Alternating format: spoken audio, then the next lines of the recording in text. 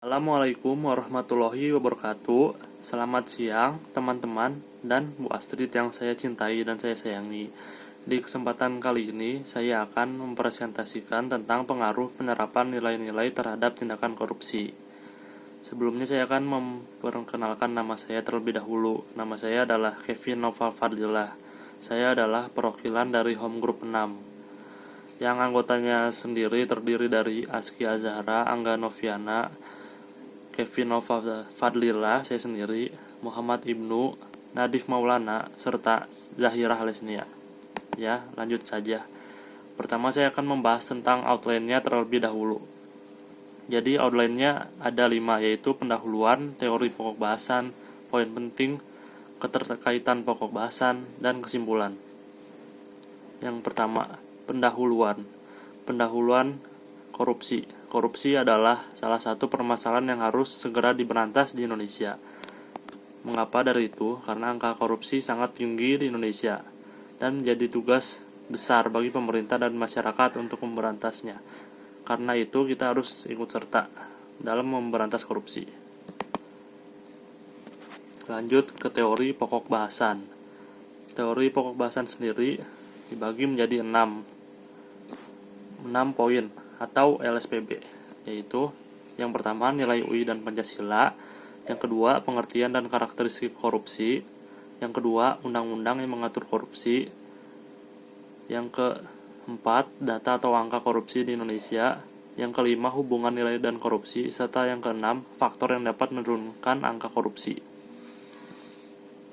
Lanjut dari poin pertama atau LSPB 1, yaitu nilai UI dan Pancasila.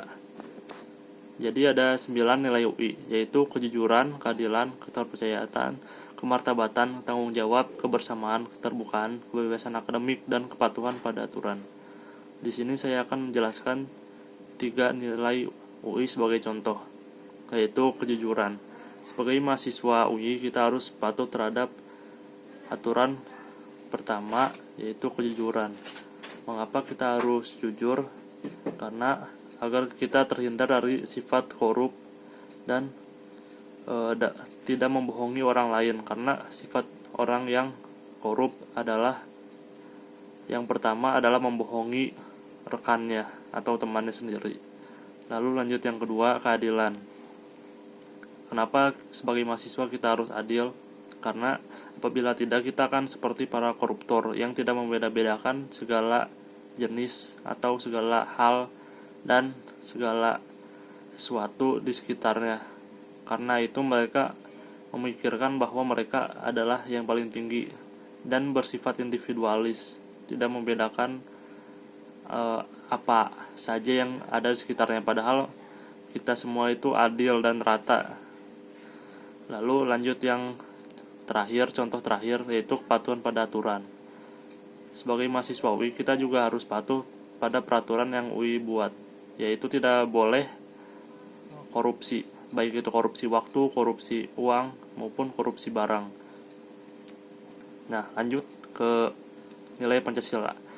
Seperti yang kita ketahui, sejak kita duduk di bangku sekolah dasar, kita sudah harus menghafal 5 nilai sila Pancasila, yaitu ketuhanan yang Maha Esa, 2 keadilan, kemanusiaan yang adil dan beradab, 3 persatuan Indonesia, 4 kerakyatan yang dipimpin oleh hikmat kebijaksanaan dalam permusyawaratan perwakilan, dan yang kelima keadilan sosial bagi seluruh rakyat Indonesia.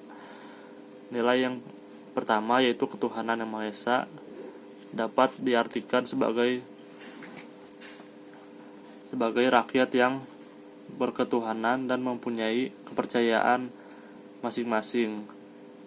Karena rakyat Indonesia wajib beragama, kita sudah pasti memiliki aturan-aturan dan norma-norma agama yang berlaku untuk tidak korupsi, seperti yang ada di kitab suci agama-agama masing-masing.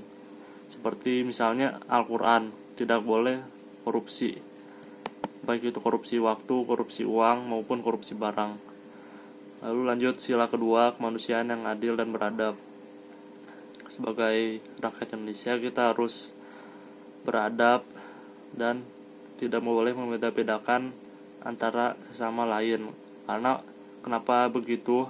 Karena orang koruptor sudah pasti membedakan hal-hal yang lain dan mementingkan dirinya sendiri, bahwa dirinya itu adalah paling tinggi. Yang ketiga, persatuan Indonesia. Sebagai rakyat Indonesia kita harus bersatu. Kenapa begitu? Karena bila tidak kita akan berpikir cerai-berai seperti seorang koruptor yang ingin mencerai-berai agar memiliki profit atau keuntungannya sendiri. Dan yang keempat, kerakyatan yang dipimpin oleh hikmat kebijaksanaan dalam permusyawaratan perwakilan. Di sila ini kita tidak boleh membedakan rakyat lain dengan rakyat lain, karena kita ini satu dan diperintah oleh satu orang, yaitu presiden. Dari sila ini kita tidak boleh mencelaknya, karena apabila begitu kita akan menjadi seperti orang koruptor. Dan yang terakhir, sila kelima, keadilan. Dalam sila ini kita harus adil, seperti nilai UI yang saya sudah jelaskan tadi. Keadilan, kita tidak boleh membedakan orang lain seperti para koruptor yang individualis dan mementingkan dirinya sendiri. Nah,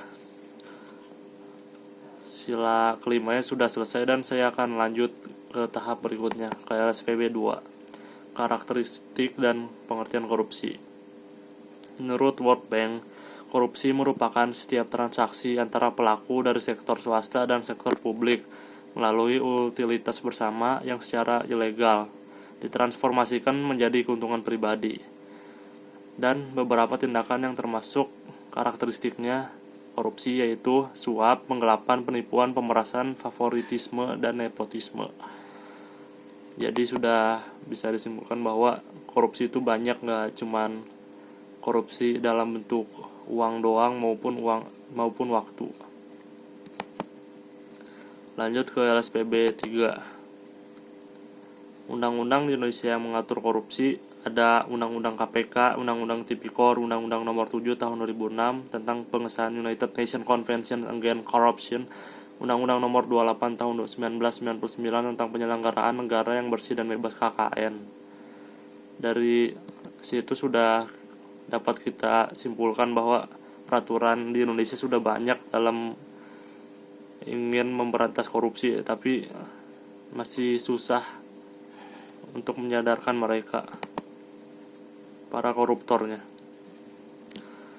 Lanjut ke LSPB yang keempat, data korupsi di Indonesia menurut CPI atau Indeks Persepsi Korupsi.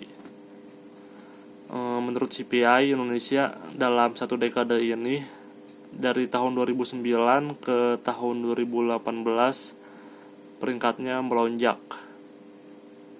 Hanya dalam waktu 9 tahun kita pada tahun 2009 berada pada peringkat 111 dari 180 negara menjadi 89. Sungguh tidak angka yang fantastis.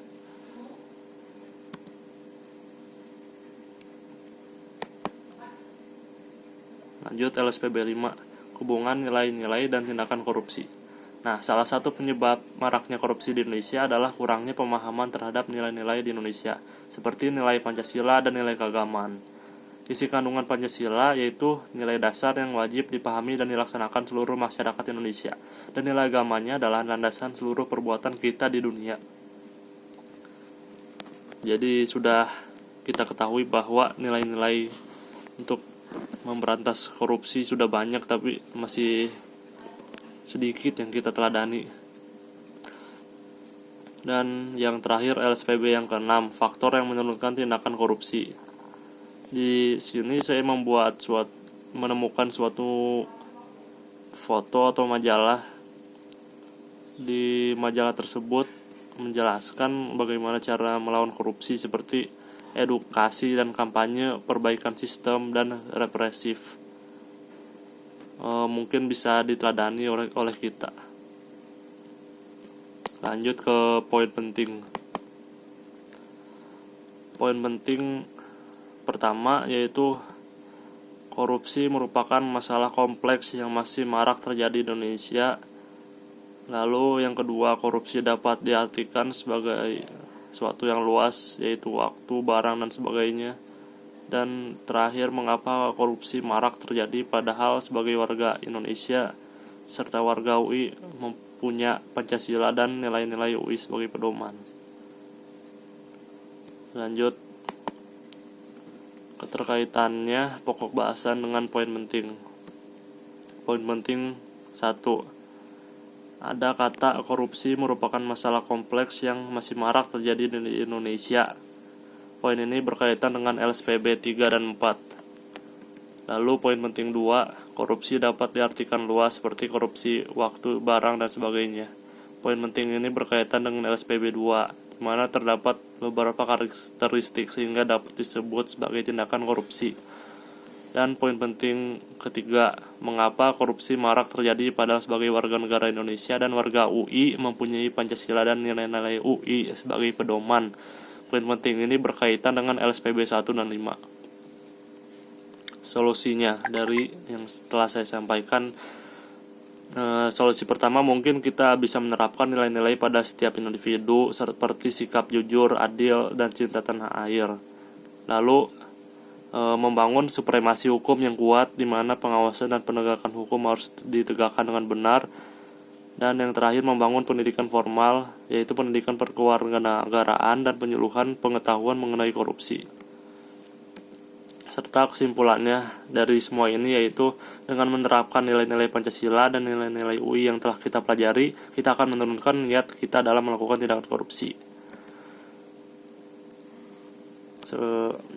Mungkin segitu saja. Sekian dari saya, Kevin Nova Fadilah. Assalamualaikum warahmatullahi wabarakatuh.